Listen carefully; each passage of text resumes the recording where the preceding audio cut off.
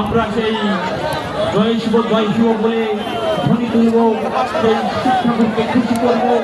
সেই শিক্ষাগণ আমরা যেন এই তোমার নামে যে সড়ক প্রদর্শনী চলছে আমাদের জন্য কোনো সমস্যা না হয়, তুমি সকল আমাদের ত্রুটিগুলো ক্ষমা সুন্দর দৃষ্টিতে দেখবে এবং আমাদের এই অনুষ্ঠানকে, আমাদের এই সড়ক প্রদর্শনীকে সুন্দরভাবে সুসম্পন্ন করার জন্য তোমার কাছে আমি দৃঢ়ভাবে অনুরোধ জানাচ্ছি।